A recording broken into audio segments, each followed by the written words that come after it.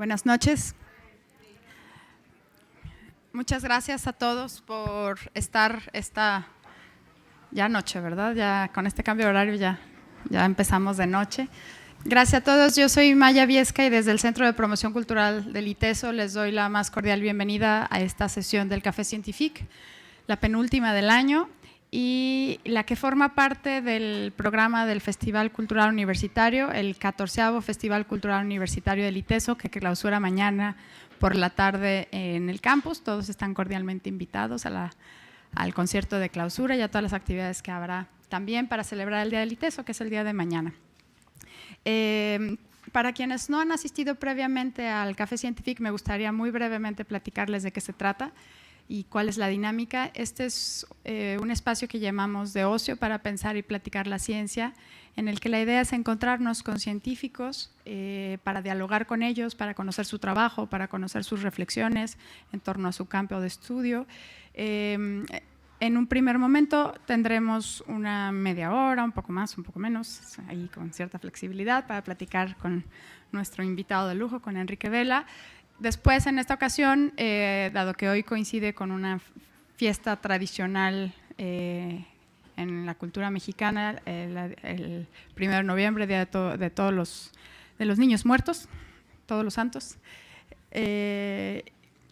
tendremos pan y chocolate para todos. Haremos una muy breve pausa y con todo y su pan y chocolate retomamos la sesión ya con preguntas de ustedes y respuestas de nuestro invitado.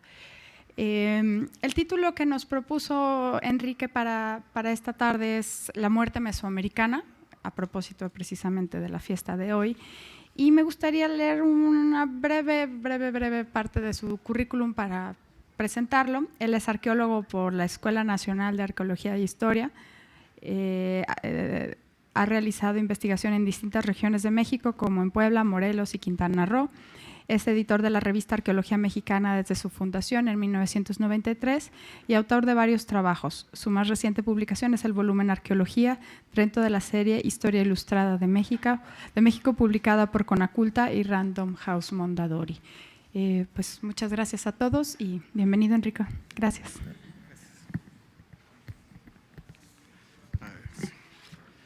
Bueno, primero mil gracias por la invitación y todo el amable recibimiento. A ver, cuando me puse de acuerdo con Maya para dar esta plática, ella me comentó que bueno, pues como era el Día de Muertos, sería bueno hacer una plática sobre las concepciones, la manera en que se celebraba este día en la época prehispánica, ¿no? Y entonces esa será la idea, pues un poco ver qué tanto de lo que hoy consideramos, de lo que hoy es la tradición de Día de Muertos, en el entendido que no hay una sola tradición, sino muchas tradiciones, algunas de reciente cuño y otras muy antiguas. ¿Qué tanto de eso es de la época prehispánica, ¿no? Porque se tiende a considerar que la tradición de Día de Muertos es algo muy mexicano, que sí lo es, pero que ese carácter netamente mexicano le viene porque es una tradición milenaria, que sí lo es, pero no totalmente. Entonces, es un poco lo que les quiero platicar.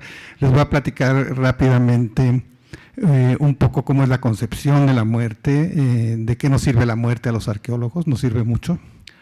Y en un transcurso histórico, pues un poco cómo se veía la muerte y cómo se hacían los ritos, quiénes eran los dioses, qué concepción se tenía de ella, para que veamos que es un todo armónico, pues, o sea, no se puede considerar la muerte aparte como un hecho aislado, sino que la manera de ver la muerte responde a una cosmovisión integral, por ejemplo, ¿no? Y en ese sentido, pues proporciona un montón de información.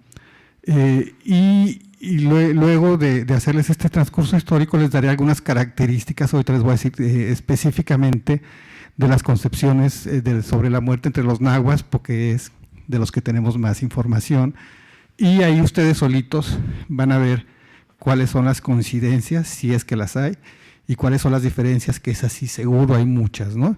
Y ya me preguntarán y lo que sepa se los digo y lo que no, pues lo inventamos rápido. No hay, la muerte es una cosa universal, pues. Todo el mundo nace y tiene que morirse. No hay inmortalidad. Entonces es una de las preocupaciones centrales del hombre. ¿Qué viene después de la muerte? Para esto, pues, para explicar, para un poco como justificar, como atenuar digamos, tentación de qué hay después, pues el hombre desarrolla distintos elementos culturales para explicarlo y como no resignarse a que una vez que alguien muere en lo individual, pues ya no queda nada, ¿no? Es en ese sentido un hecho social. Las explicaciones sobre la muerte tienen que ver con lo individual, pero básicamente son un hecho social porque responden a una necesidad social. Pues la permanencia no tiene que ver con uno como individuo, porque la experiencia indica que el muerto pues ya no regresa, ya no vuelve a platicar con nadie, no hay una presencia. Entonces es un asunto social la manera en que se trata de justificar, de explicar la muerte. Y estas explicaciones, en la medida que el hombre tiene un conjunto de capacidades universales, pues como ser humano más allá de sus especificidades culturales, pues reciben ciertas respuestas similares en las distintas épocas y en las distintas culturas, ¿no? Por ejemplo, es común, o sea, se pueden encontrar muchos paralelos, ¿no? Es común pensar que hay un viaje al otro mundo, o sea, que hay que viajar para llegar al lugar de la muerte. Eso se da en Mesoamérica, que es donde estamos, pero también se encuentra entre los egipcios, por darles otro ejemplo. Es común la presencia del perro como acompañante al inframundo. Es común, no es de Mesoamérica, pero común en algunas otras religiones, la idea de una reencarnación, de un retorno en otro envase, digo yo, pero bueno, un retorno.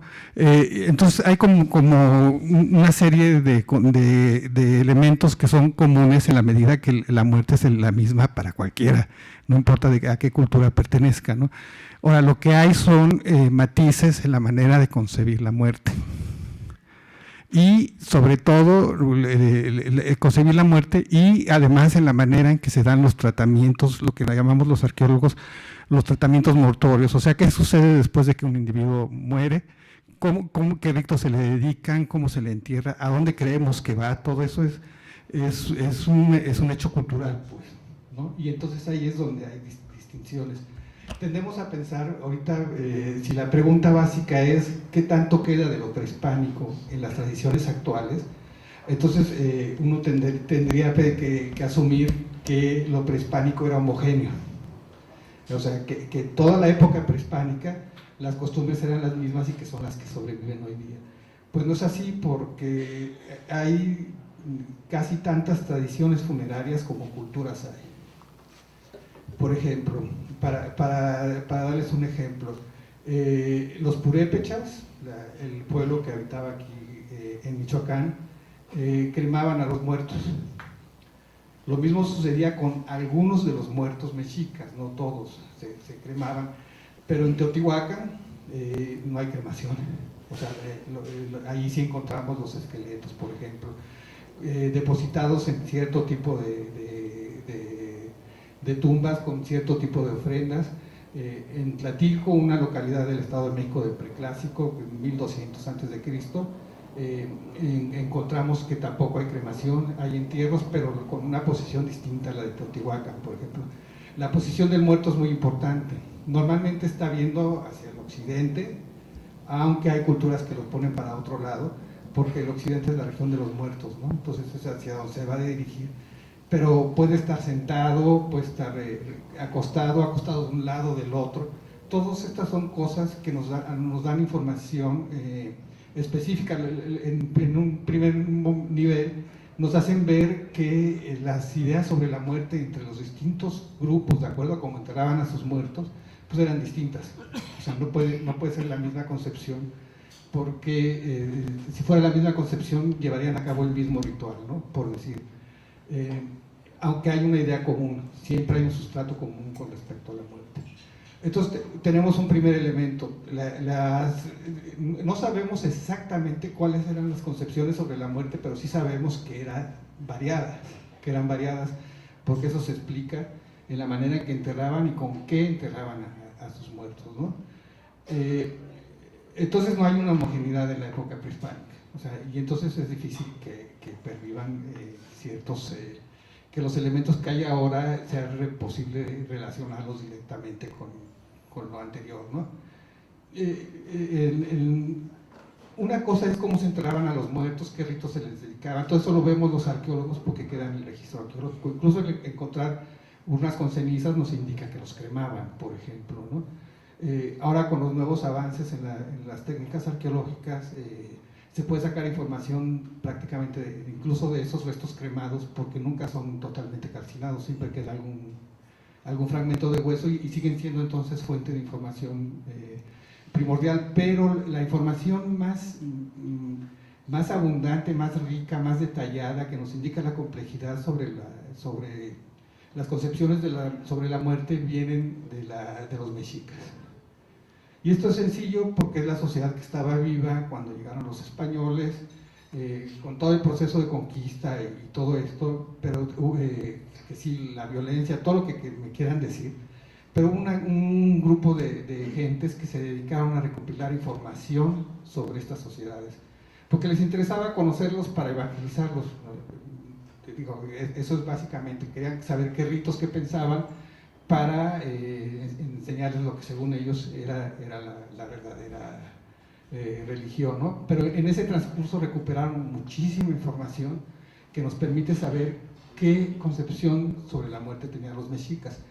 Ahora, los mexicas, cualquier cultura mesoamericana no son aislados, o sea, los mexicas son un pueblo que vive 1325, 1521, la fecha de la conquista, pero en realidad son herederos de todas las tradiciones culturales anteriores. Entonces, cuando uno ve que un mexica da un detalle sobre algo, sobre una manera de pensar, de ver el mundo, sí es la suya, es la de ese momento, pero es producto de un acumulado de milenios de creencias, de construcción, de mitos y de ritos. Y entonces eso es lo que en todo caso debería de plasmarse en la celebración de muertos actual, ¿no? Siempre para tratar de entender el pensamiento de cualquier sociedad, las cosmovisiones de cualquier cultura, es bueno, resulta útil compararlas. Entonces, les voy a hacer una comparación rápida de las concepciones de la muerte entre los mexicas y la que tenemos la mayoría de los mexicanos, en tanto que es un país eminentemente católico. Para los católicos, cuando alguien muere, pues se va según se haya portado en vida, según el código moral católico, pues se va al cielo, se va al purgatorio o de plano se va al infierno, ¿no? Y ahí está esperando el momento del juicio final. Su alma permanece en algún lugar, pues por tanto tiempo como tarda en llegar el juicio final. Para los mexicas, cuando alguien moría, no tenía que ver qué tan bien o mal se había portado en vida. Sí había un sistema de calificación de las conductas, o sea, sí había conductas aceptables y no aceptables, pero no eran determinantes para el destino que tendría cuando alguien, el muerto, ¿no? A ver, sí. Si me hago bolas, me dices. Entonces, dependiendo de la manera que moría, que se moría, se iba a un lugar determinado. Quien moría, los niños, por ejemplo, que en la tradición católica, y si me equivoco me corrigen, se van al limbo. En la tradición mexica se iban a un lugar especial para ellos, los niños recién nacidos que no habían recibido más que como alimento, que nada más habían sido amamantados, se iban a un lugar donde había un árbol que los amamantaba, que los frutos eran como mamas y de ahí vivían hasta en tanto regresaban, tendrían una segunda oportunidad para venir al mundo. Si el muerto había fallecido por causas relacionadas con el agua, si si se había ahogado, si padecía alguna enfermedad que se relacionaba con el agua, si le había caído un rayo, bueno, se iba a Tlalocan, que es los dominios de Tlaloc, el dios de la lluvia, ¿no?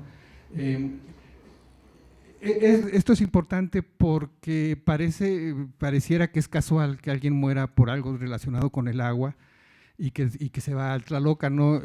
Había la creencia de que el dios escogía a ciertas gentes y entonces como él era el agente que dominaba estos elementos, provocaba su muerte por esos y se los llevaba. Esto es más claro en aquellos señalamientos de que el sol como que se fijaba un guerrero que era muy valioso, que todavía era casto y no sé qué, y provocaba su muerte para llevárselos a sus dominios, ¿no? Entonces, los que, por ejemplo, les estoy diciendo, los que morían en la guerra, los guerreros que morían en batalla, se iban al dominio del sol. O sea, su alma se iba al dominio del sol. Y curiosamente, las mujeres que morían en el parto, en su primer parto, también se iban al mismo dominio del sol. Ese era su destino. Los que morían de cualquier otra cosa se iban al Mictlán. Ahorita vamos a platicar del Mictlán. Entonces, los dioses tenían como el sol podía escoger a quién llevarse. El Tlaloc podría escoger a quién llevarse, por ejemplo. Estos son los principales, digamos que los más comunes, pero por ejemplo se decía que si alguien moría de borrachera es porque Huitzilopochtli, el conejo, que es el dios del pulque, lo había elegido para llevárselo al paraíso de los borrachos, ¿no? Que eso está bien, suena bien. O que Tlazolteotl, que era la diosa de la lujuria, de los pecados sexuales, se llevaba a quienes morían. Ustedes saben que a quien cometía adulterio lo mataban, pues, ¿no? Se los llevaba. Entonces, como que los dioses propiciaban este tipo de muertes para aumentar sus huestes en el más allá. Esto también porque la muerte, yo no sé qué hará uno en el infierno, o en el purgatorio, o en el cielo, no tengo esa noción. Si alguien lo sabe, ahorita lo platicamos. Pero la muerte no era que se fueran a estar nada más en otro lugar, sino que iban a trabajar. El que moría por enfermedades relacionadas con el agua, ahogado, o sea, el que iba al dominio de Tlalocan, se convertía en su ayudante, era el que le ayudaba a traer las ollas que se vuelcan sobre el mundo para que llueva, ¿no? Los que les ayudaban a golpear los instrumentos que hacen el ruido de los rayos, a aventar los rayos, o sea, trabajaban, o sea, la muerte no era un descanso, pues había que trabajar. Los que morían, los guerreros que morían y que iban a los dominios del sol, recogían, formaban cortejos y recogían al sol al amanecer y lo acompañaban con cantos hasta el cenit, a su punto más alto, donde era recogido por las iguateteos, que son estas mujeres muertas en el primer parto, que lo llevaban hasta el ocaso, ¿no? O sea, tenían que trabajar, no había de más. Cuando las mujeres dejaban al sol en el ocaso, los muertos normales, digamos, que vivían en el Mictlán, lo tomaban y lo ayudaban a pasar el transcurso de la parte oscura y fría del universo, que es el inframundo, hasta que se lo volvían a entregar a los guerreros al amanecer. Eso era todos los días, o sea, y esas labores la llevaban a cabo los muertos. Entonces, para regresar a los muertos, digamos, comunes, los que morían de cualquier cosa, menos de ahogados o como guerreros y esto, estos muertos, bueno, déjenme decirles una cosa que es muy importante para esto. Para los nahuas, para los mexicas, los pueblos del posclásico, a diferencia de nosotros que tenemos un alma, bueno, los que creen que tienen un alma, ellos tenían varias almas de distintas calidades y que servían para multitud de cosas. Por ejemplo, tomar una bebida implicaba adquirir un poquito del alma del café, por ejemplo, y quedársela. Casi cualquier actividad que llevara a cabo el hombre estaba asociada a un alma. Entonces había almas de distintas calidades. pero había 3 muy importantes. Había multitud, pero 3 eran las esenciales. El tonali, que está situada en la cabeza; el hijillo, que está situado en lo que se creía situado en lo que era lo que es el hígado, y que es el que provoca las pasiones, ¿no? El enojarse, el apetito sexual, todo esto. Y el teyolía, que está en el corazón, que es el alma, que es un poco el equivalente al alma de los católicos, pues es la que da identidad, la que proporciona la vida. Cuando moría alguien de una muerte normal, lo primero que sucedía es que el tonali podía andar por ahí, se podía quedar aquí. Entonces había la costumbre, cuando alguien nacía le cortaban un pedazo de pelo, y cuando moría le volvían a cortar otro pedazo de pelo y lo guardaban con un hueso o con la ceniza, según hubiera sido su funeral, y ahí se supone que se guardaba el tonali. Si no andaba por ahí, andaba el tonali hasta que se desvanecía.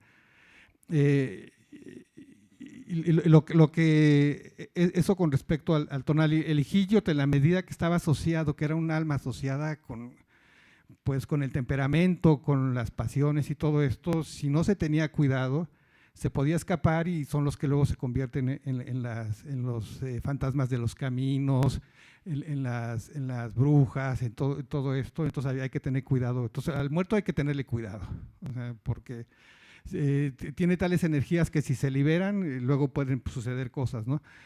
Pero el alma que estaba en el corazón es propiamente el individuo. Entonces esta alma tenía que irse al Mictlán, que es el reino de los muertos. Aquí conviene también hacer una aclaración. El Mictlán, los frailes, la gente que recuperó mucha de la información que les estoy dando, lo equiparaban con el infierno. Son cosas distintas. O sea, lo único que tienen en común es que están bajo la tierra, que es el inframundo, pero el Mictlán no es un lugar para castigar. Ahí iba todo el mundo a seguir, terminar de algún modo su transcurso vital, ¿no? Entonces esa alma era devorada por Tlatecutli, el señora de la tierra.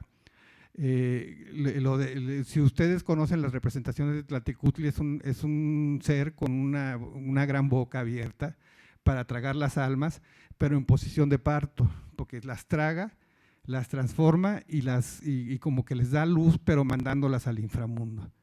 Una vez que el personaje llegaba al inframundo, pues tenía que pasar por 9 pisos, que son, cuando alguien está vivo va juntando energías, o sea, que si come demasiado, que si tiene demasiadas mujeres o demasiados hombres, que si hizo mal, que si hizo bien, o sea, energías no buenas o malas, sino múltiples energías.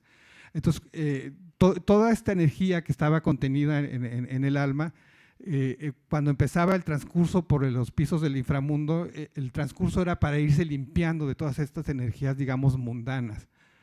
Y entonces el alma tenía que pasar con la ayuda de un perro, que es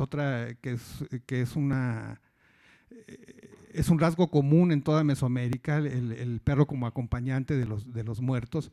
Con la ayuda de un perro tenía que pasar un río, tenía que pasar un lugar donde las montañas se movían y chocaban entre sí y te podían aplastar, donde el viento era de obsidiana y te cortaba. O sea, eran 8 pasos que había que suceder. Al pasar cada uno de estos pasos, o sea, que era un sufrimiento, el alma se iba limpiando poco a poco, ¿no? Hasta llegar donde estaban los señores del Mictlán, los señores del lugar de los muertos, Mictlantecutli, que seguro habrán oído hablar de él, y su mujer Mictlacihuatl. Ahí se convertían como en ayudantes de estos señores, y es lo que les decía, ayudaban a pasar al sol, a llevar las semillas que son necesarias para la vida a la superficie. Pero esto no era para la eternidad. El transcurso entre que alguien moría y llegaba al Mictlán y trabajaba ahí, hacía las labores que le correspondieran, duraba 4 años. Después de esos 4 años, lo dicen varias fuentes, o sea que es una procedencia distinta, no es un invento de alguien. Después de esos 4 años, el alma se desvanecía, no desaparecía, o sea, lo que se desaparecía era la identidad del individuo que la había aportado. Y esta energía, esta alma, se convertía en una semilla, en la pluma de un ave, en un viento, podía hacer cualquier cosa, pues regresaba al mundo, porque del inframundo, del Mictlán, hay una conexión con lo que llaman los pueblos indígenas ahora, con el monte sagrado, que es una gran montaña mítica donde están contenidos todos los beneficios del hombre, el agua, las semillas, los conocimientos, todo está en el monte sagrado. Y entonces cuando alguien moría y llegaba al inframundo, al perder su esencia, al perder su identidad, regresaba al monte sagrado para volver a ser parte del mundo, ¿no? Como ven, hay una diferencia sustancial en las concepciones, ¿no? No sé si alguien tiene una pregunta, no quiero que nos quedemos así de que me echo la media hora, pero sí. ¿Sí? Ok. Entonces, es difícil pensar que digamos, las tradiciones ahora son plenamente prehispánicas. Una acotación. Hay tantas tradiciones como grupos sociales hay, ¿no?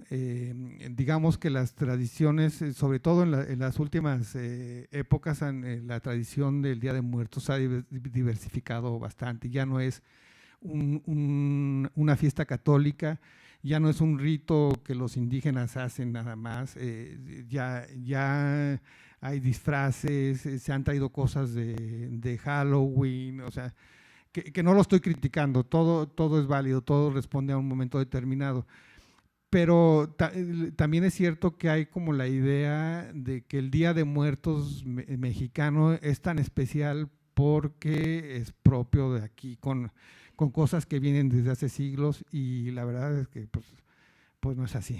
O sea, los ritos específicos dependen de creencias específicas, y en la medida que las creencias que les he relatado ahorita pues ya no son vigentes, los ritos no pueden tener ni las mismas características ni la misma intención.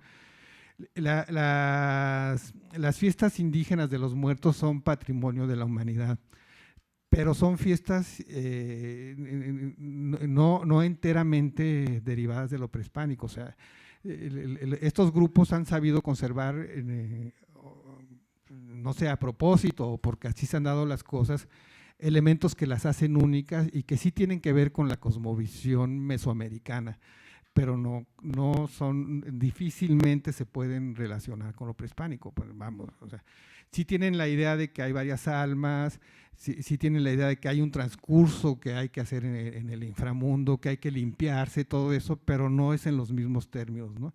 Y además no es es un rito, pues, que se da entre ciertos grupos indígenas, no es el común de los mexicanos. Ya el común de los mexicanos, tenemos una mezcla entre eso, entre lo que nos impone la urbanidad, o sea, y hay por lo tanto muchas variaciones, ¿no? Eso en cuanto digamos a la parte de que la fiesta del Día de Muertos que se celebra tradicionalmente en México tiene que ver con lo prehispánico. Tiene, pero poco, y solo en ciertas regiones. Ahora, lo que es más común es el pan de muerto. El pan de muerto, pues, sí se hace en México, se ocupa en México, pero es una tradición que viene de Europa. Si ustedes se fijan, tiene unos huesos.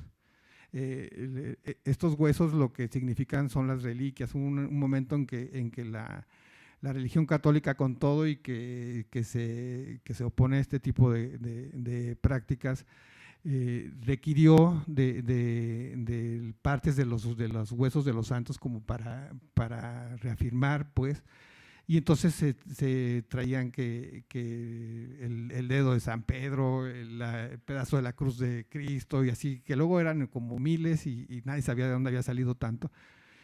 Entonces, eso es lo que está representado en el pan de muerto, por ejemplo, ¿no? La misma fecha, no, sí habían, por ejemplo, los mexicas tenían un par de veintenas dedicadas a los muertos grandes y a los muertos chicos, pero no caían en noviembre, caían por ahí de agosto, septiembre, porque el asunto de la muerte tenía mucho que ver con el tiempo de la cosecha, de la maduración. Acuérdense que vida es muerte, ¿no? O muerte es vida. Con la maduración del maíz, el momento en que se aproxima el momento de la cosecha, se asociaba bastante con la muerte. Entonces, la fecha, por ejemplo, esa la trajeron los españoles. Es una fecha que se fijó por ahí del siglo, no me acuerdo, tú leíste hace rato, debe ser el siglo XI, algo así. para todos los santos, les dicen que son todos los mártires de la Iglesia Católica, que incluso a algunos se desconoce su nombre. Bueno, pues había que celebrarlos en algún momento y se estableció la fecha del 2 de noviembre. Y entonces, bueno, pues aquí obligaron a los indígenas a traspasar ese ritual, que era el que menos querían dejar, porque pues la muerte de alguien y el cuidar la muerte de alguien es esencial para el grupo social, porque si no lo haces, pues ¿quién te asegura que lo van a hacer por ti, no? Entonces era uno de los ritos que más persistían, que más difícil era manejar, y entonces se les, pues como todo el proceso, se les convenció de celebrarlo el día 2 de noviembre, ¿no? Es otra diferencia fundamental, está desfasada. Buena parte de la cosmovisión mesoamericana está en función del ciclo del maíz, ¿no? De la siembra, del crecimiento y luego de la cosecha. Y entonces no hace sentido, si uno lo analiza, el sentido de la muerte entre los pueblos prehispánicos, no hace sentido que caigan en noviembre. O sea, y sobre todo que tenemos las referencias de que caía en los meses de agosto y septiembre. Eso en cuanto a la relación entre la fiesta de muertos. Y hay muchas diferencias más. Yo creo que saldrán ahora con las preguntas, ¿no? Lo otro que les quería platicar es, bueno, como vemos, hay maneras distintas de ver la muerte, distintas maneras de dedicarle ritos. Los ritos son necesarios. Si tiene uno la noción de que es necesaria la intervención de alguien para el transcurso del muerto. Si uno no cree en un más allá, pues no tiene ningún sentido realizar ningún rito, ¿no? La sociedad actual es menos creyente que antes. Basta ver la crisis de todas las iglesias, no solo de la católica. Eso tiene que ver, es una transformación cultural, pues, ¿no? Entonces, el rito católico se sigue haciendo, pues, o sea, sigue habiendo la misa de muertos y esto, pero en realidad, pues, ya tiene poco impacto global, pues, ¿no? Las fiestas de los pueblos indígenas sí se siguen realizando, pero algunas de ellas, por ejemplo, se han convertido en un espectáculo turístico. En la Ciudad de México tenemos el caso de Mixquic, que cualquier antropólogo documenta bien que hace 30 años se llevaba de una manera determinada, pero como llama mucho la atención porque ponen veladoras en la noche y el espectáculo la verdad es que es llamativo, la gente dejó de hacer el rito específico que hacía en ese momento, que sí tenía que ver con una cierta concepción de la muerte por el lugar en que está situado Mixquic junto al lago y todo, para pues darle gusto al turista. O sea, entonces ahora compiten por a ver quién adorna mejor la tumba, quién le pone las luces más llamativas, y ya no tiene que ver con atender al muerto, ¿no? Bueno, que además recuerden que si la idea es que el muerto vive 4 años, estarle dedicando ofrendas y todo esto más de 4 años, pues no tiene alguno, ¿no?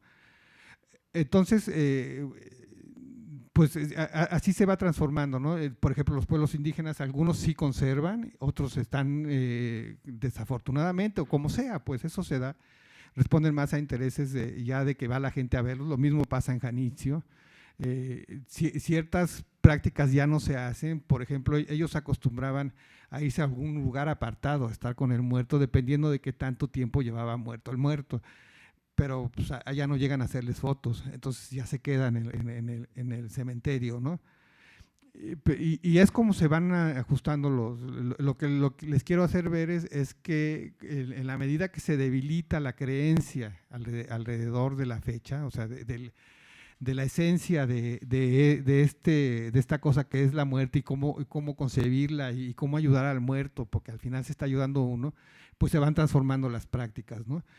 Y bueno, ahora con la globalización, con que hay información que compartimos con todo el mundo de manera más rápida y más, pues yo diría de manera más superficial, sin adentrarnos en realmente lo que significa. Yo me imagino el asombro que debe tener alguien de Estados Unidos al ver las prácticas mexicanas como los tenemos nosotros con lo que hacen ellos, pues se ha venido haciendo una suerte de cultura global sobre la muerte, ¿no? Y yo creo que eso empezó cuando empezamos aquí a adoptar prácticas que tienen que ver con el Halloween de Estados Unidos, que por cierto no es propio de ellos, sino que viene de otro lado. Y se ha ido haciendo como el Día de Muertos ya no celebra tanto la muerte, sino como qué significa morir. Vamos, se significa el miedo, el miedo no solo a la muerte, sino prácticamente a cualquier cosa. Eso explica en cierto sentido, por ejemplo, que ahora una de las prácticas comunes sea disfrazarse en Día de Muertos. Y bueno, va uno a la fiesta y todo, pero va uno disfrazado y buena parte de los disfraces, que no todos, tienen que ver con situaciones de terror, que el monje loco, lo que ustedes me digan, ¿no? En su mayoría. Entonces, ya no es, pasamos de tener un rito que tenía una función específica en función de una creencia específica, a tener ritos que provocan cohesión social, porque toda celebración implica que un grupo determinado se reúne y comparte ciertos aspectos, ¿no? Que eso también es importante, es la esencia de las fiestas, pues. Siempre hubo fiesta de muertos, pero ahora es más fiesta que antes, ¿no? Y eso también lo que implica es que tal vez hay menos preocupación por qué va a pasar después de esta vida, en el sentido social, porque yo creo que todo el mundo sigue preocupado por lo que le va a pasar, ¿no? ¿Esto por qué lo estoy diciendo? Ya. Esto último se los digo porque otro de los lugares comunes alrededor del Día de Muertos de México tiene que ver con la actitud que tenemos los mexicanos ante la muerte. Yo al muy admirado Octavio Paz le debemos en buena parte este asunto de que el mexicano se ríe de la muerte porque así limpia su vida. Y bueno, el que haya leído El laberinto de la soledad sabe por dónde va el asunto. Pero yo creo que no es tan así. A nadie le da gusto morirse. O sea, digamos, si hacemos un círculo concéntrico de preocupaciones, en lo individual todo el mundo sabemos que nos vamos a morir, pero tampoco es que estemos deseando la muerte ni la vamos a recibir con una sonrisa. O sea, por favor, no nos gusta que se mueran nuestros seres queridos, ¿no? Porque además hay maneras de morir. Digamos que cuando se muere alguien que ya lleva mucho tiempo enfermo, que ya tiene 104 años, pues uno dice, bueno, pero cuando se muere un joven, por ejemplo, a nadie le gusta. No le gusta al grupo social perder a partes de sus elementos, ¿no? Entonces, esta idea de que nos reímos de la muerte, pues no, de la muerte propiamente no nos reímos. Tenemos una especie de rito, de acuerdo social, en donde creemos que todos los mexicanos nos reímos de la muerte, y sí hay elementos que expresan eso, las calaveritas, estas poesías que se hacen sobre seres vivos, aludiendo a qué pasaría cuando estén muertos y todo esto. Pero eso es como conjunto social, y no responde sí responde a una manera determinada de ver la vida, pero no a la que era propia de las cosmovisiones ni católica, ni mesoamericana, ni lo es ahora de la indígena.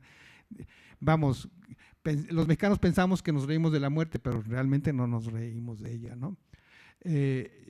Y así hay que verlo, pues, ¿no? Entonces, mucho tiene que ver, les digo, gente del arte en esta concepción que se fue creando, sobre todo a partir de 1920 y tantos para acá, cuando hay que crear una noción de identidad nacional. O sea, México viene saliendo de la revolución, de todo el entorno nacional, todo esto necesita México reconocerse como país, como único, con elementos distintivos. Y uno de los que sacude es a la celebración del Día de Muertos, y a esta idea de que los mexicanos somos muy machos y la muerte nos la pela, ¿no? Pero la verdad, pues que no, ¿eh? A menos que si aquí alguien se ríe de la muerte, ahorita que nos platique por qué. Yo creo que podemos pasar al chocolate. Muchas gracias, Enrique. Pues sí, los invito a tomar algo de chocolate con pan y a regresar con sus preguntas para Enrique. Muchísimas gracias.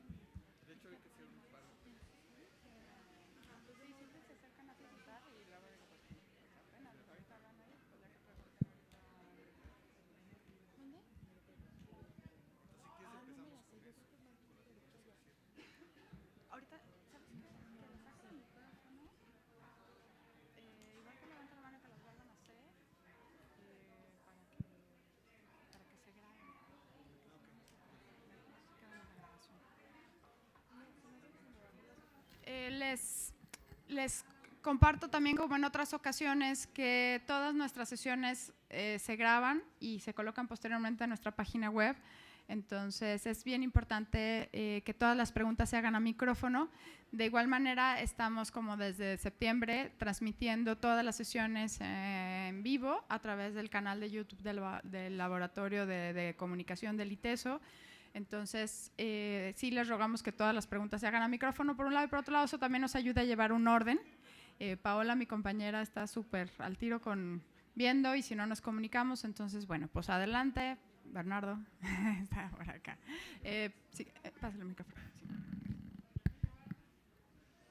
Mientras pregunta Leonardo, aprovecho para comentar que sí se está viendo la transmisión, ya me dijeron.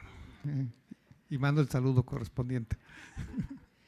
Buenas noches, yo soy Bernardo Torres y mi pregunta es, ¿cómo era el altar, si había altar o la ofrenda la celebración del Día de Muertos para el final de la cosecha?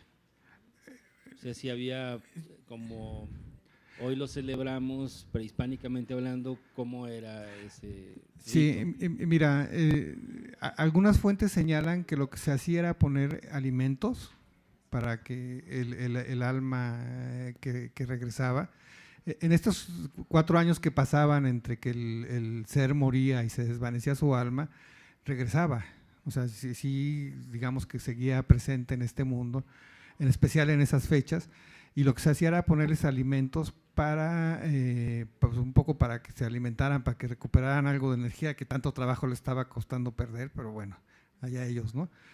Se ponían flores porque el olor los guiaba. En algunas fuentes indican, aunque ahí eso está un poco más en duda, que se prendía fuego porque el inframundo es el lugar de la oscuridad y del frío, y entonces la luz y el calor también los guiaban y venían, pues, ¿no? Ahí sí es lo mismo que ahora, pues la idea de que el muerto asiste a convivir con sus seres queridos y a estar con ellos, ¿no? Esa sí sería como una de las persistencias, digamos, ¿no? Ahora hay que decir que esa idea no es propia, exclusiva de Mesoamérica. También en algunos pueblos de España incluso se deja el alimento para que venga el muerto y coma, ¿no? O se le reserva el lugar para que se siente a la hora de la cena, ¿no? Buenas noches. Ahora. Hola. Mi pregunta es más bien, mi pregunta es hacia quiénes de los cronistas o de los frailes es quienes primero documentan este tipo de ritos y con qué intención. Bueno, mira, la intención es expresa, pues lo dicen ellos claramente. Quieren saber cuáles eran las creencias, las costumbres de estos pueblos para evangelizarlos, ¿no? Ese es el motor, pues, ¿no? Y las fuentes primarias es Fray Bernardino de Sahagún, que es el ídolo de cualquier interesado en las cosas prehispánicas. Es una auténtica enciclopedia eso. Él es la principal fuente. Él hace un cuestionario. Fray Bernardino no es que sea nada más un sacerdote común y corriente. Es de esa estirpe que están preocupados por cosas de filosofía, por explicar el mundo, un asunto que estaba en boga en la Europa de principios del siglo XVI y en ese sentido hace las preguntas en su libro y obtiene estas respuestas súper interesantes, ¿no? Él es la fuente principal, porque él les pregunta, ¿qué crees de la muerte? ¿Qué pasa cuando se mueren? O sea, les hace las preguntas específicas y obtiene respuestas específicas. El otro es Durán, Fray Diego Durán, que también contiene muchísima información sobre los ritos. Fray Diego Durán no la recoge de primera mano, él abreva del libro de otro franciscano, de esos primeros 12 franciscanos, un libro perdido de Fray Andrés de Olmos, que también tiene muchísima información sobre estas cosas, pero ellos aprenden náhuatl, y porque es muy importante entender el idioma para entender los conceptos, como son asuntos conceptuales. es muy importante que ellos, es un factor importante que sabían náhuatl y entonces eran capaces de entender bien lo que estaban diciendo. Sí hay que decir, por ejemplo, que Fray Bernardino de Sahagún recoge de sus informantes náhuatl toda la información y él la traduce. Entonces, cuando la traduce, pues mete su cuchara, ¿no? Entonces dice que estos son cosas del demonio, que este Tlalocan es igual al paraíso terrenal, y así como acotaciones. Afortunadamente, Sahagún tuvo la decencia de dejar el texto náhuatl íntegro. Y entonces, durante pues, siglos hemos vivido con la traducción al español de Sahagún, que está lleno de estas cosas. Pero en los últimos, ¿qué será? En los últimos 5 años, el Seminario de Cultura Náhuatl de la UNAM que dirige León Portilla, se ha dado la tarea de traducir todo el texto náhuatl de Sahagún. Y entonces, bueno, se está ampliando la visión que tenemos sobre estos asuntos, porque Sahagún, cuando no le cabía, pues no lo traducía. O luego se lo olvidaba, o luego como se ponía a echar su rollo, pues se saltaba cosas, y entonces se está enriqueciendo mucho más el conocimiento, sobre todo del mundo conceptual de los náhuatl, ¿no? En esa época, que es muy importante. Entonces, hay una edición de López Austin y Josefina Quintana en una colección que se llama 100 de México de Conaculta, casi inconseguible ya, pero si tienes suerte por ahí la vas a encontrar, son 3 tomos. Y si no, busca en la red las traducciones que te estoy diciendo, están publicados en Estudios de Cultura Náhuatl, directo del náhuatl al español. Buenas noches. Mi pregunta es, ¿a qué corresponde la particularidad de los entierros aquí en las tumbas de Tiro en Occidente con respecto al resto de Mesoamérica? Mira, es una tradición muy peculiar, casi que no hay, es única de aquí, de Occidente. Es única en cuanto a la arquitectura, ustedes lo deben de saber mejor que yo, que es una forma así como de campana. Eso no hay en otro lado. O sea, eso implica que es una concepción sobre la muerte específica, que es lo que les decía al principio. O sea, las expresiones materiales específicas implican conceptos culturales específicos. En ese sentido, son únicos. El hecho de que tengan esa riqueza de ofrendas y esa variedad de ofrendas y ese tipo de ofrendas, bueno, antes, el esfuerzo que implica construir esas tumbas de Tiro implica una jerarquía social. O sea, implica que hay una sociedad claramente diferenciada en la que alguien puede ordenarle al otro que invierta esfuerzo en hacerle su tumba, porque no son tumbas fáciles de hacer. Luego, a mí me ha tocado ver algunos informes donde el arqueólogo se dedica a quejarse del trabajo que le costó excavarla, ¿no? Entonces, eso ya implica una división social. La forma implica una cierta concepción. Hay muchas teorías, no me las sé bien, entonces no quiero resbalar con respecto a la forma e incluso el tiro que tienen estas tumbas de Tiro precisamente, que pueden representar el inframundo o que es la boca del cielo. O sea, hay como muchas teorías respecto a la arquitectura, a la formalidad arquitectónica. Pero lo que hay que ver ahí es que la riqueza de la ofrenda y la variedad de la ofrenda refleja mucho de la concepción sobre la muerte. El hecho de que se acompañe de objetos de uso cotidiano quiere decir que se cree que son para ayudar en el transcurso del viaje al inframundo de este individuo, ¿no? O sea, que tenga que comer, que tenga sus cosas preferidas, la presencia constante de figurillas de perros, que ahora, bueno, de paso les digo que la mayoría de los objetos que ven de tumbas de Tiro, así en colecciones privadas o por ahí, son falsos, no compren nada. Pero bueno, la recurrencia de figuras de perros es porque el perro era el acompañante, el muerto necesitaba ir acompañado de un perro para pasar el río. Entonces, la figurilla implica eso, o sea, se cree que tienen como vida, que adquieren vida, pues, ¿no? Que haya representaciones de seres armados en las figurillas, en las ofrendas, quiere decir que era un señor con el prestigio suficiente, con la posición social suficiente como para hacerse acompañar de gente que lo ayude a pasar los peligros, por ejemplo, ¿no? Que haya músicos, bueno, pues que también tiene que ver con que en lo que se desvanece el alma, pues el Señor tiene que pasarla como la pasaba aquí en vida, ¿no? Que esto es universal. O sea, el arqueólogo, lo mejor para un arqueólogo es encontrarse una tumba, porque ahí ve qué tan complicada era la sociedad, qué creían, qué materiales utilizaban, a qué se dedicaban y todo esto. Entonces, las tumbas, con la riqueza que tienen las de la tradición de tumbas de Tiro, pues son indispensables para entender una sociedad, ¿no? No sé si es lo que… ¿Sí? Gracias a ti. Sí, muchas gracias, Enrique. Prácticamente creo que está contestada la pregunta que voy a hacer con esta última intervención. Un arqueólogo, que es prácticamente ¿en qué aspectos del fenómeno de la muerte tiene que fijarse, o del rito de la muerte también, y qué significados tiene para comprenderlo mejor? Es decir, bueno, ya se habla de las figuras, porque cada una de las cosas que tiene una tumba o un rito específico, cada una de las acciones tiene un significado, ¿no? Uh-huh. Dentro de estas que se han enumerado aquí, habrá otra también en donde el arqueólogo pone atención para comprender el significado de la muerte en una cultura determinada. Sí, bueno, me estás haciendo que les confiese que les he estado haciendo trampa, porque buena parte de lo que les estoy platicando así con todo detalle, con toda seguridad, son relatos, son las cosas que decíamos ahorita que recuperó Sagún y Durán, que algunos conceptos perviven en los grupos indígenas actuales.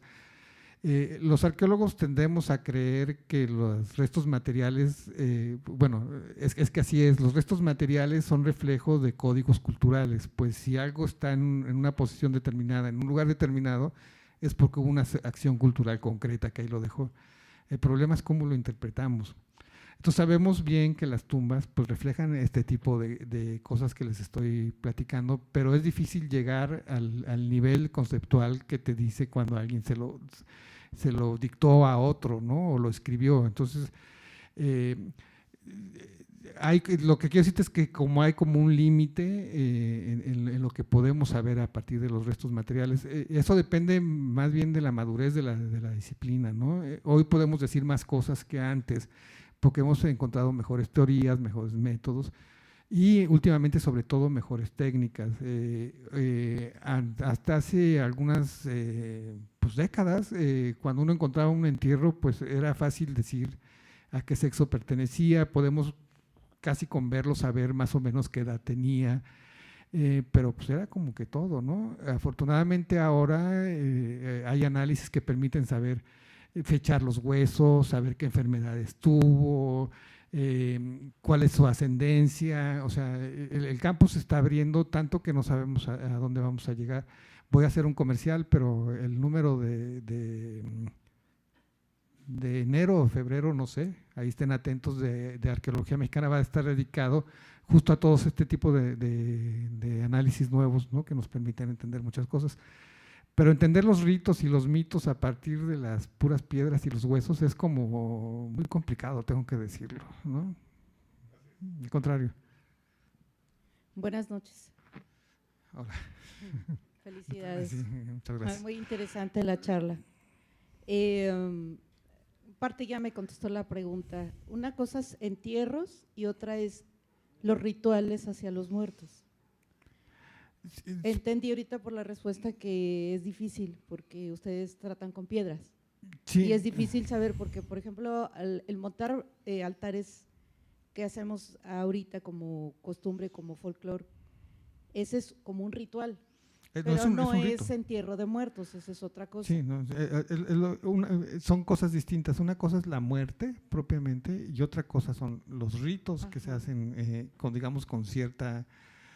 en una estructura institucional que puede ser la creencia, pues la religión, y otra cosa son los ritos pues más mundanos, como los que se llevan a cabo ahora, que no por eso son menos importantes. Claro, y son los que son difíciles de conocer porque no hay testimonios. Todo lo que esté relacionado con el mundo de las ideas es muy… es complicado conocerlo a partir de los puros restos materiales, aunque hay muchos arqueólogos que asumimos y que sostenemos que sí se puede, que nada más hay que nos tengan paciencia, tampoco es… Sí, por eso mi pregunta va hacia los niveles que manejan en los altares que ahora se ponen, que hablan de 3 niveles, esos son falsos. Bueno, no que sean falsos, sino que más bien ya es un sincretismo con la religión católica, pero eso no lo manejaban ellos, porque también lo quiero enlazar con el Tzompantli. Sí tiene una relación con el Tzompantli, pero el Tzompantli también tiene relación únicamente con la cultura náhuatl. No estamos tocando nada, por ejemplo, mayas u otras etnias. Son 2 preguntas en una, te las respondo. Bueno, 3. La primera es, ningún hecho cultural es falso. O sea, si alguien viene y te dice, yo estoy poniendo un altar de muertos con 3 niveles y es prehispánico, el es prehispánico es falso, pero el que lo ponga de 3 niveles es que él tiene una concepción determinada sobre las cosas, que también hay que estar atento, pues no hay que discriminar ningún hecho cultural, eso por un lado. Por otro lado, los niveles, no sé si se los dije, pero la cosmovisión mesoamericana, el mundo se divide en distintos pisos, cielos, niveles, como quieras decirles. Son 13 hacia arriba y los 9 del inframundo. Pero estos 13 hacia arriba, ¿cuál es la razón de que haya 13 y 9? No, es que en realidad son 9, 4, de que corresponden un poco al ámbito terrestre, y 9. Entonces, cuando alguien te habla de 3 niveles, también está haciendo como una abstracción de esta concepción de los niveles. O sea, no son incompatibles, pues es una suma distinta, digamos, ¿no? Y con respecto al Tzompantli, no es una práctica exclusiva de los mexicas la tenían. Hace rato alguien me comentaba de los Tzompantlis. Los mexicas tenían la práctica, pero no es exclusiva de ellos. Es famoso el Tzompantli de Chichén Itzá, por ejemplo, en Tula, que es varios siglos anteriores a México Tenochtitlán, hay Tzompantlis. Hay Tzompantlis aquí en la región de Zacatecas. De hecho, hay quien dice que es originario de aquí, que por eso, y de acá se llevó para el centro de México.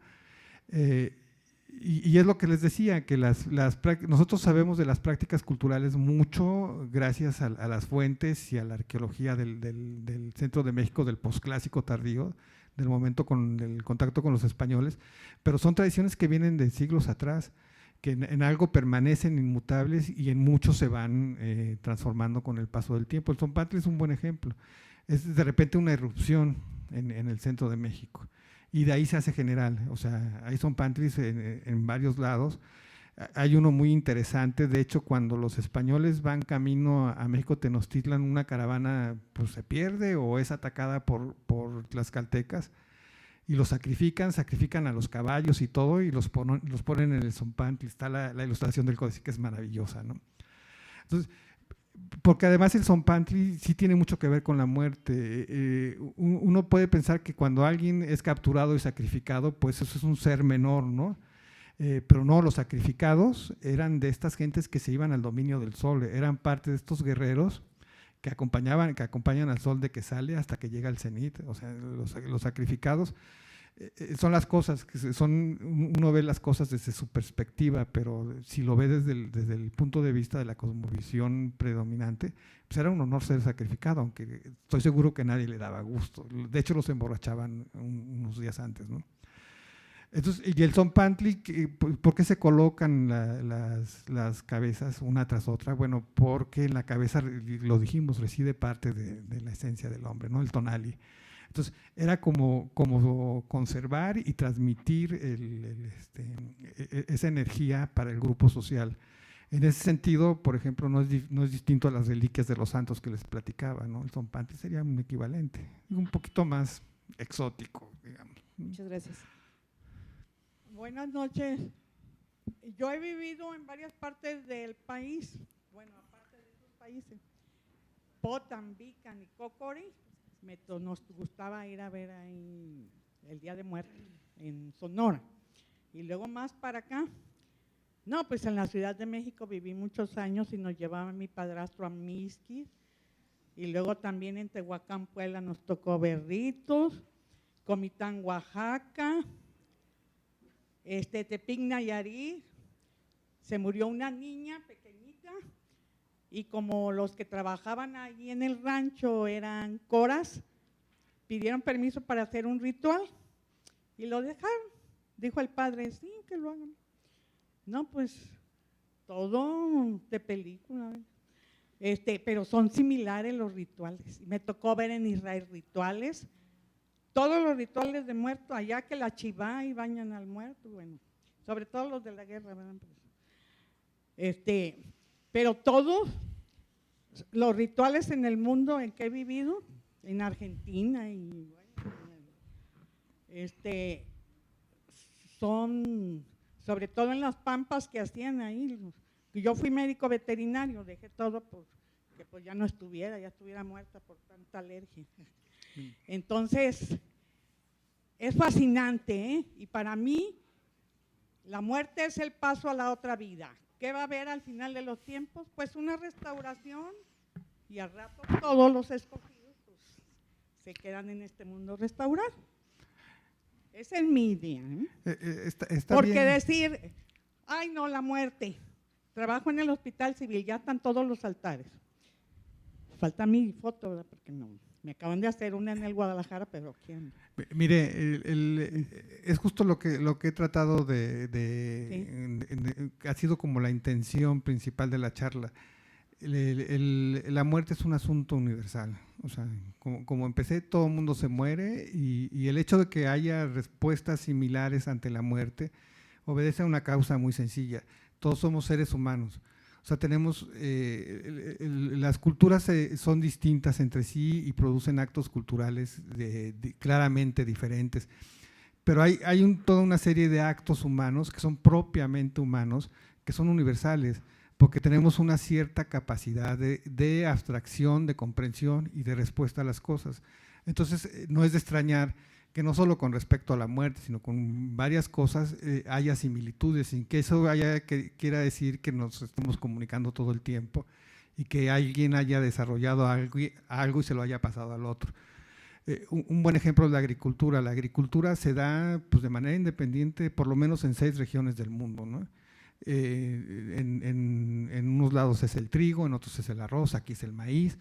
Y eso es porque el ser humano tiene una capacidad determinada de enfrentar las situaciones y de darle soluciones lógicas, pues, ¿no? Y la muerte, en el sentido que es un elemento muy, tal vez el más universal de todos, pues es obvio que tiene que tener, las concepciones tienen que tener similitudes y las respuestas a las preguntas fundamentales tienen que tener similitudes, ¿no? Ahora, pues habrá quien crea que hay vida después de la muerte y habrá quienes creemos que aquí se termina todo, pero bueno, eso ya es cuestión de cada quien, ¿no? Y es al final de cuentas lo bonito de estudiar las culturas, ¿no? Buenas noches. Hola. Muchas gracias antes que nada por la conferencia, muy interesante. La pregunta sería si el culto a la Santa Muerte actual tiene algo que herede de la muerte mesoamericana. ¿Y cuál sería esa herencia? Híjole, es una pregunta complicada. Mira, el culto a la Santa Muerte ha adquirido como mucha popularidad últimamente, sobre todo porque se le relaciona con ciertas prácticas que sabemos, ¿no? Pero no es un culto nuevo. No es propiamente nuevo. Y tiene que ver con lo prehispánico, en mi opinión, casi nada. A pesar de que en la revista tenemos un artículo, te paso la ficha, donde un arqueólogo argumenta que hay alguna relación, pero para mí es un asunto plenamente medieval. En la Europa de los siglos anteriores a la conquista, no hay que olvidar que hubo grandes epidemias, una gran mortandad, y bueno, la religión católica se le tiene miedo a la muerte. O sea, digamos, no como se le tiene miedo, pues no voy a ahondar. Y entonces esta presencia cotidiana de la muerte, este arrasar poblaciones enteras, hizo que como una manera de buscar su protección, no era un elemento de culto, pero se le empezó a rendir culto, que es una cosa universal también, ¿no? A veces cuando uno rinde culto a algo, es porque lo que buscas es que no te afecte, ¿no? Entonces, y ahí quedó latente, y sí hay expresiones de la Santa Muerte en los siglos XVII, XVIII, no son muy abundantes, pero sí hay. Elsa Malvido, una antropóloga, historiadora que se dedicó su vida a estudiar la muerte. Hay un museo de la muerte en San Juan del Río, muy interesante, lleva su nombre, o sea, es increíble, Museo de la Muerte con el nombre de una investigadora. Documentó mucho esta presencia de la Santa Muerte, ¿no? Pero en realidad el culto, salvo en Guatemala, que se le equipara con un santo, San Pascual Bailón, que tiene los atributos de algo relacionado con la muerte, para mí es un culto reciente, pues, ¿no? Y que tiene que ver con esta idea de transgredir las normas sociales y acudir a alguien para que te justifique que lo estás haciendo, ¿no? Es por lo menos en la Ciudad de México, es la patrona de los que roban, de los que secuestran. Me da pena decirlo, pero está incluso asociada a un barrio de mala fama, ¿no? Que es así como el centro del culto a la Santa Muerte. Entonces, con respecto a la época prehispánica, la Santa Muerte no. Sí había un señor, sí había un dios de la muerte, que era Mictlantecutli, pero no era un dios que tuviera implicaciones de bueno o malo, simplemente recibía a los muertos y los alojaba. Si era feo, si hedía, pues sí tenía mal olor, porque los muertos tienen mal olor. Si su dominio era de la oscuridad, porque es el lugar de la muerte, el inframundo. Si era un dios frío, porque pues no tenía con qué calentarse. Tenía mala apariencia, estaba descarnado, tenía el pelo crespo, pero no era una deidad mala, pues, ¿no? Entonces, en ese sentido yo no encuentro relación. No sé si es lo que preguntabas. Sí, claro que sí. No sé, yo pensé que con alguna deidad del inframundo se le podía asociar directamente, pero… No, como es ahora, no, ¿eh? No, y hasta donde yo entiendo, por ejemplo, a la Iglesia Católica no le hace mucha gracia el culto. Es de esos cultos populares que se dan porque la gente quiere tenerlo, ¿eh? Sí, o que sea también alguna especie de resurgimiento de esta cosmovisión prehispánica en donde la muerte tiene un lugar preponderante, ¿no? Pero es que, mira, no es que ahorita hemos estado hablando de la muerte y ha sido el tema central porque pues es para eso, de eso trata la plática, pero no es que las sociedades prehispánicas fueran unas enfocadas en la muerte, pues era parte de todo el entramado cósmico, ¿no? De una manera de entender el mundo, de estar en él. O sea, la muerte era un paso necesario, pero no era la preocupación principal. Ese es otro de los lugares comunes que de repente se encuentra uno que dicen que las sociedades eran militaristas y que estaban obsesionadas con la idea de la muerte y todo esto. No, era una de tantas expresiones, ¿no? Sí debe de haber sido impresionante ver un Zompantli. Entonces yo entiendo a los españoles que de repente dicen, no, es que estos señores nada más estaban juntando muertos, porque ver un muro real, literalmente de cráneos, pues debe haber sido impresionante. Que le comentaba a la señora que hará cosa de 6, 7 meses encontraron el Zompantli de Tenochtitlan, que es una maravilla. O sea, sí es siniestro, pues, pero encontraron los cráneos con los hoyos de donde se ensartaban para exhibirlos, ¿no? En la calle de Guatemala. Yo espero que pronto lo exhiban. Bueno. Buenas noches. Doctor. ¿Dónde? ¿Yo? ¿Sí? ¿Yo? Sí. ¿Acá? Ya te vi. Buenas noches, doctor Enrique. Para ponerlo en contexto, compartirles el contexto brevemente, llegamos días antes del Día de la Muerte a Morelia. Subimos a Pátzcuaro y yo recuerdo muy bien unas pirámides, pero solamente estaba la franja superior abierta. Y yo escuché que todavía faltaba mucho tiempo para escarbarlas. Entonces, la pregunta sería, ¿qué hay dentro de… Bueno, si se le pudiera poner un nombre a la energía que hay dentro de una pirámide, pero energía de conocimiento, ¿cómo la podríamos catalogar? Porque yo me acuerdo del contexto que no se me puede olvidar y yo tenía que, no sé, 12 años o 13. A ver, vamos, si tú vas a una zona arqueológica, pues todas son impresionantes y igual sientes alguna emoción determinada, sobre todo si estás chico, es una experiencia única. Pero las pirámides no tienen ninguna energía, o sea, no fueron hechas para eso, no guardan energía como las de México, las de Egipto, las de ningún lado, ¿no? No hay tal, pues. No. Eso ameritaría una conferencia también. ¿Qué tan cierto hay de que guardan energía, que son centros esotéricos? Todo eso no es para nada, ¿no?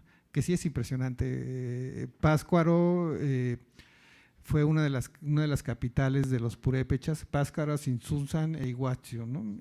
Tzintzuntzan está bien excavado, Iguazio más o menos, y a Pátzcuaro le falta todo, y con que Pátzcuaro era la más importante. Entonces, se divide entonces el paréntesis de pirámides, no sé, en donde se les daba culto a la muerte, o esa también es una ideología. Es que las pirámides, hace rato les decía que cuando un alma se termina de debilitar y desaparece como alma identitaria, se convierte en una semilla, por ejemplo, que va al monte sagrado, ¿no?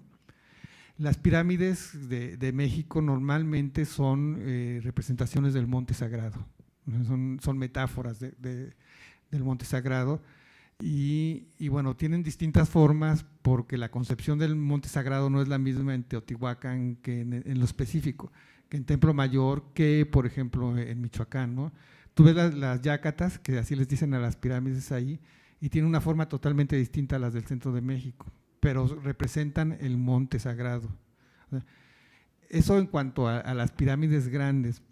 Cada dios tenía su templo, donde se le hacían ritos específicos en días determinados, de acuerdo a su vocación. Entonces sí había templos dedicados al dios de la muerte, claro que había, ¿no? Como había dedicados al dios de la lluvia o al del viento, o sea, todo dios tenía dios de cierto calibre, tenía su templo.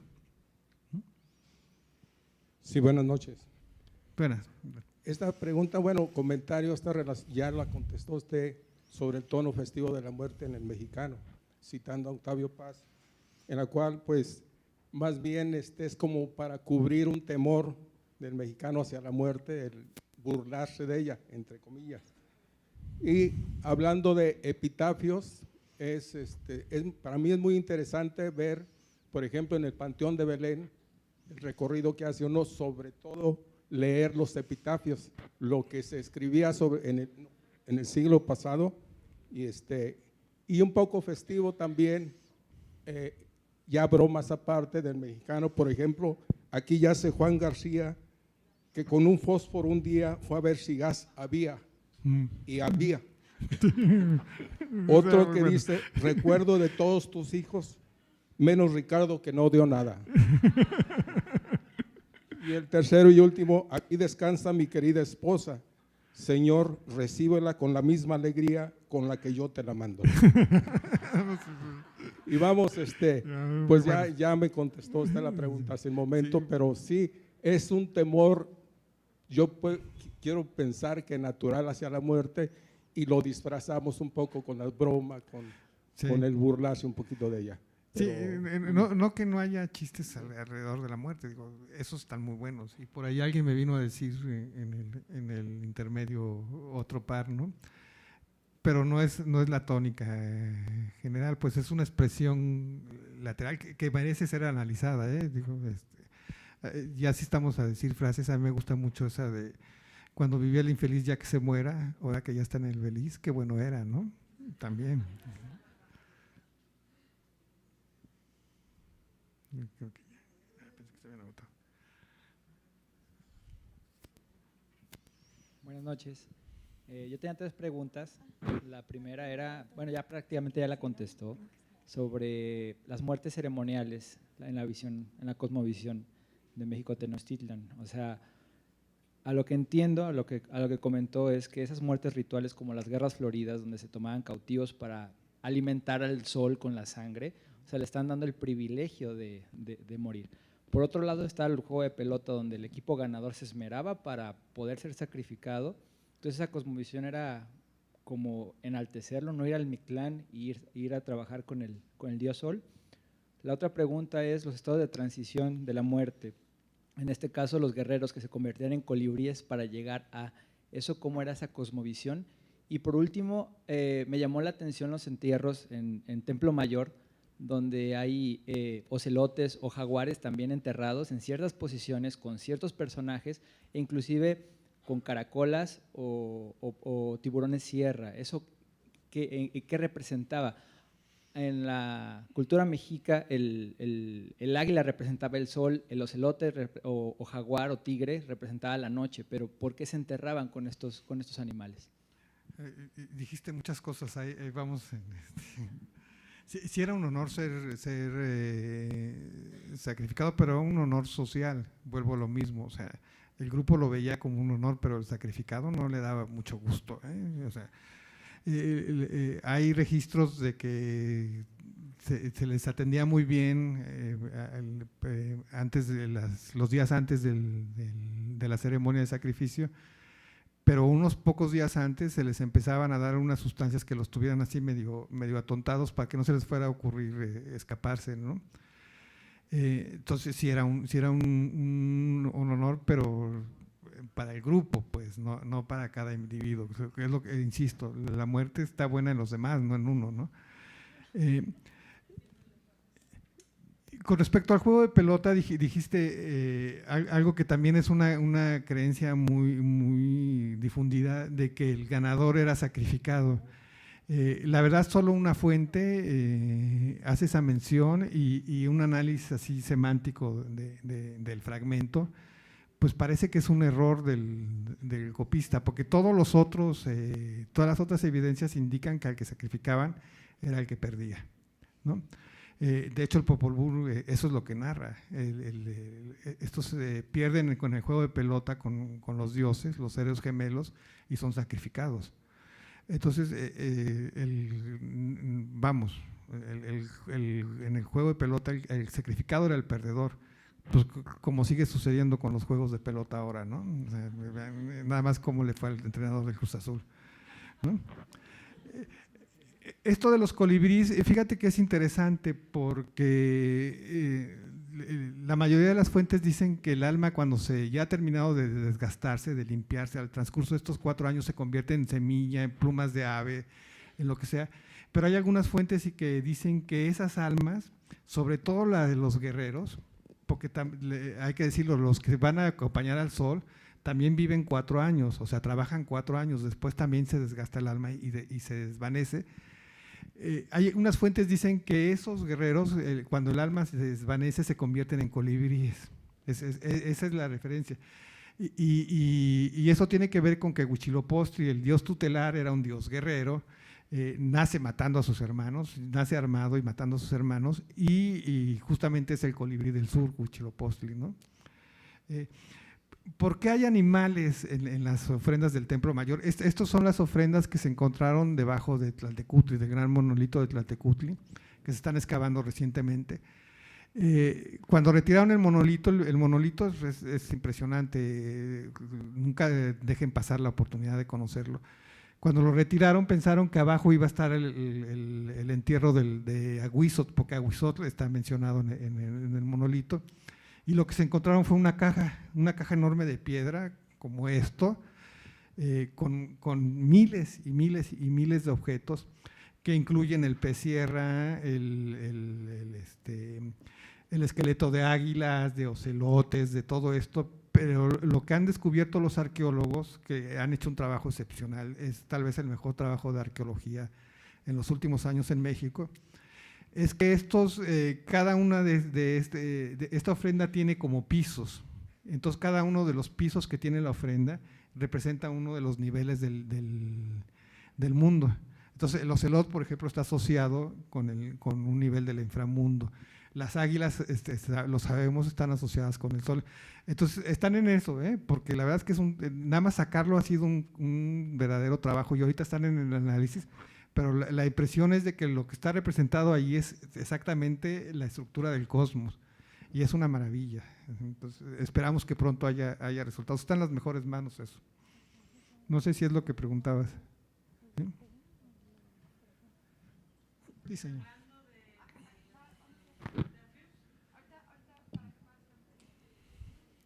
Hola, buenas noches. Soy Michelle y yo tengo una pregunta. Perdón, no sé. ¿Acá? Sí. Tengo una pregunta sobre la garbancera de Posadas, ahorita conocida como la Catrina, si tiene más que ver como con lo prehispánico o la connotación que se le quería dar era más hacia como la muerte, más como hacia Europa. O sea, no sé si quedó estructurada la pregunta. No, de que sí, no. sí, te entiendo bien. Eso me da pie para comentar que, bueno, buena parte de la idea de que los mexicanos nos reímos de la muerte viene de José Guadalupe Posada.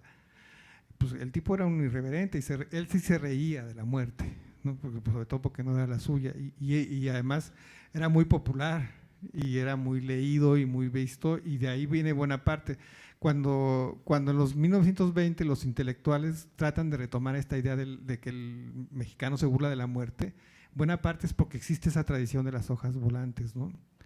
Pero con lo prehispánico, pues no tiene que ver, no tiene que ver, más bien. Es algo propiamente mexicano. Hay que entender que lo mexicano es la mezcla de la cultura prehispánica, la española y todos los que nos han venido llegando después y todas las influencias que tenemos, ¿no? Sí somos específicos, sí somos únicos, pero no excluyentes. Entonces, así es, señora. Hablando de los epitafios. Perdón. Entonces ya se consideraría como un ritual. No. Nada más como… Un ritual es una práctica que tiene como fin lograr una comunicación con un ente externo a este mundo. Ese es el sentido de un ritual, ¿no? Por eso los rituales, pues, casi exclusivamente son religiosos, están asociados a algo religioso. Aunque hay ritos para tratar de convencer a la amada y eso, ¿no? Pero son ritos que requieren la intervención de alguien, pues, ¿no? Ese es el sentido de un ritual. Entonces, más bien es pues una concepción, pues en el caso de Posada es una expresión popular de una manera de entender lo que estaba sucediendo, porque no hay que olvidar que Posada es como un reportero de actualidad. Digo, hoy lo vemos 100 y tantos años después y se nos hace algo fuera de contexto y eso le da esa aura de tradición, pues, ¿no? Pero en el momento eran hojas que se repartían con los acontecimientos que estaban pasando, ¿no? Señora, ahora sí. Perdón. En la Universidad de Guadalajara, en estos días, como en una semana, están dando siempre charlas, pues, sobre la muerte desde muy diferentes puntos de vista. Entonces, una investigadora que se llama Teresa Malvido nos platicó una cuestión que se nos hizo un poco curiosa, que cuando la famosa gripe española, que así le llamaron, gripe española en el 28 del siglo pasado, pues que hubo mortandad de gente en todo el mundo, en varios países del mundo, ¿verdad? Y se supone que venía esa enfermedad de allá de España. Entonces aquí también, inclusive aquí en Guadalajara, hubo muchísimos muertos y que ya no había cajones, ni quien los hiciera, ni había suficientes, ¿verdad? Entonces empezaron a hacer fosas comunes. Entonces en esas fosas comunes no creo que tuvieran algún epitafio, ¿verdad? Porque pues era una crisis, era una epidemia, pero sí el mexicano siempre bautiza las cosas, ¿no? Entonces a esas fosas comunes le llamaron la capirotada.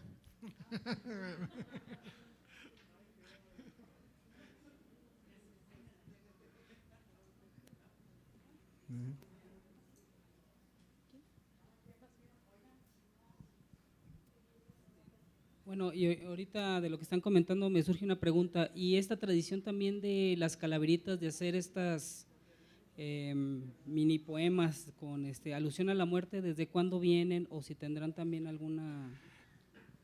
Mira, no lo sé de cierto, pero intuyo que tienen que ver precisamente con las hojas de Posada, que acompañaba de versos o sea, más bien los dibujos acompañaban a los versos, que muchas veces son satíricos, un poco en el estilo de las calaveritas.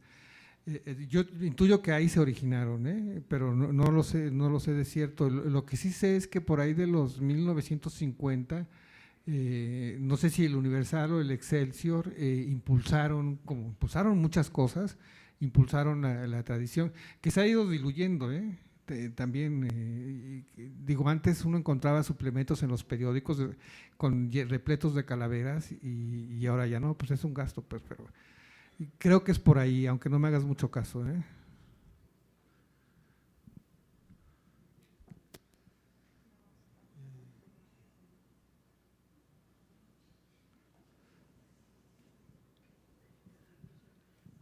Buenas noches, pues es un gusto tenerlo aquí.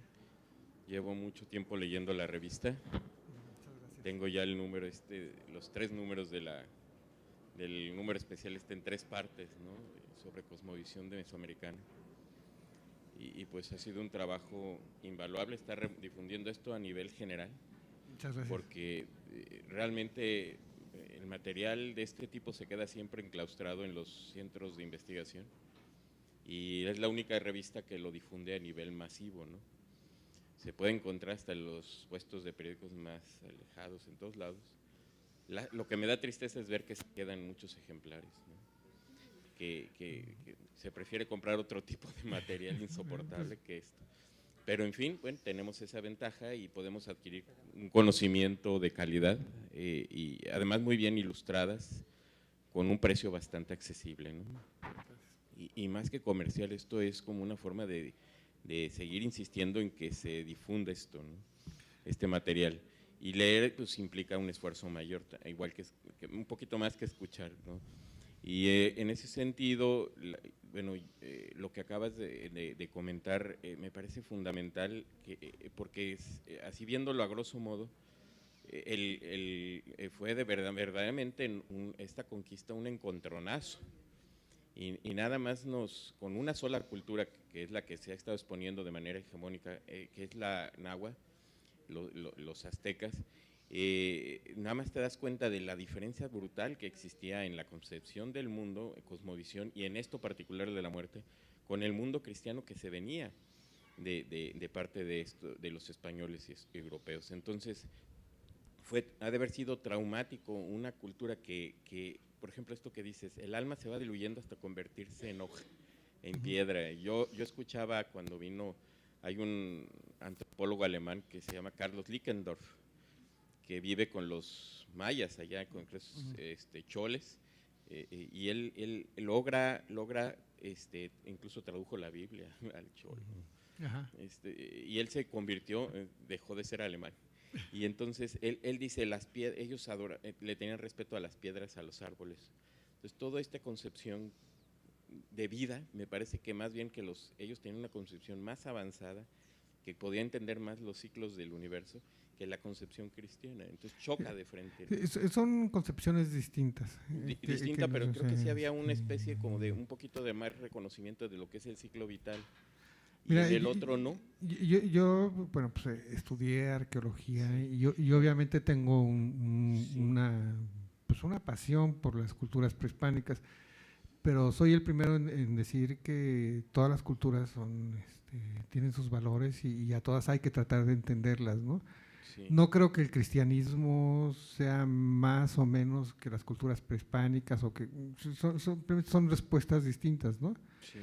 Lo que sucede con lo prehispánico es que en la medida que nos es ajeno y es como extraño, pues llama un poco más la atención, pero tratar de entender la cosmovisión cristiana, por ejemplo, o la del Islam, todo eso es también un trayecto fascinante, ¿eh? También son maneras, siempre que el hombre trata de explicarse el mundo y buscar respuestas a las preguntas que, insisto, son fundamentales para todos, pues es una gran aventura. Sí, se puede coincidir en eso, pero sí hay que, porque incluso cuando ves el trabajo de distintas culturas, hasta hay grados de avance, digamos, hacia Aridoamérica había un grado de desarrollo menos profundo en lo que podríamos decir una filosofía de la vida, y lo encuentras un desarrollo más fuerte en las culturas mesoamericanas. Por ahí va la idea, o sea, igual haciendo un estudio de esto habría que también ver hasta dónde daban el grado de avance en la concepción de la naturaleza en sí. Y por último, yo igual estaban diciendo frases, que sí hay esto de la risa, ¿no? Que sí se nos da a los mexicanos, igual que a muchos latinoamericanos, y que es parte de nuestra fortaleza, pero también parte de nuestra habilidad, el que todo el tiempo hay mucha guasa, ¿no? Y también en ese sentido, y quizás yo no aportaría en ese sentido un poco de guasa, que ya hubo bastante, sino algo que también encontré en un poema de Sabines, que también es muy popular, o fue, porque ahorita, como dices tú, si se están cayendo las calaveritas, también la poesía, y está prácticamente extinta, ¿no? Se la comió el Google, pero rapidísimo, y el WhatsApp y el Facebook, ¿no? Se comió la poesía, entonces, que incluía las calaveras, que era una forma poética de hacia la muerte. Y en uno de los poemas que no era sobre la muerte, dice Sabines, muy claro, ¿no? Y creo que esa es la forma más avanzada de concepción de la muerte, decía. Y por eso Dios inventó la muerte, para que no tú ni yo, sino la vida sea para siempre, ¿no? Muy bonito. Eso gracias. Al contrario, gracias a ti. Esta persona de blusa rosa mencionó un ritual, Zempoantli o algo así, que no sé cuál es, de las calaveras. El Zompantli. Perdón, asumí que todo el mundo sabía. Zompantli quiere decir, pues una traducción muy libre es muro de cráneos. Entonces a los sacrificados se les cortaba la cabeza. No a todos, pero a la mayoría se les cortaba la cabeza, sobre todo si eran sacrificados que habían sido capturados en guerra. Se les cortaba la cabeza y se les pasaba un poste por aquí y se ponían los postes con las cabezas, pues terminaban convertidas en cráneos, ¿no? Con las cabezas de los sacrificados. Ese es el Zompantli. Eso porque la cabeza tiene mucha energía, entonces pensaban que así conservaban la energía en su provecho. Y además, bueno, era una manera de exhibir el poder, ¿no? Mientras más grande el Zompantli, quiere decir que más gente habías conquistado y más poderoso eras, ¿no? No hay que olvidar que los ritos públicos no se llevaban a cabo nada más para los habitantes de una ciudad, ¿no? Normalmente se invitaban a gentes de otros poblados para que asistieran a estos ritos, y entonces se hacían estas exhibiciones que pues sí son como medio bizarras, ¿no? Ese es un Zompantli.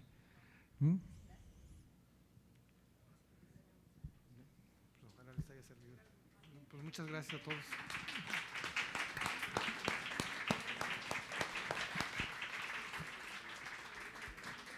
Pues muchísimas gracias, Enrique, por esta charla, por acompañarnos el día de hoy. Muchas gracias a todos ustedes por acompañarnos. Tenemos 4 revistas de arqueología mexicana. Si nos da cada quien, el que quiera participar, un papelito, lo metemos en una bolsa y sacamos 4, y esos 4 pónganle su nombre al papel y con mucho gusto. También quisiera invitarlos a la siguiente sesión, que será la última de este año, el primer martes de diciembre. El invitado es Durruti de Alba, él es un investigador astrónomo tapatío. Y el tema que le hemos propuesto hablar es un poco sobre la historia de la astronomía, especialmente en la región, pero bueno, también abarcando todo el país.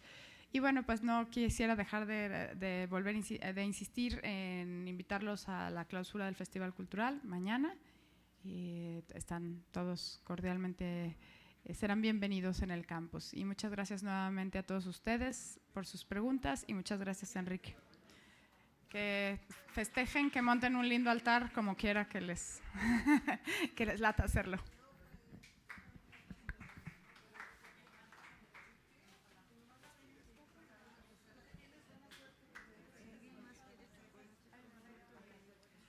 Hay más chocolate y pan por si alguien quiere. Adelante, puede pasar por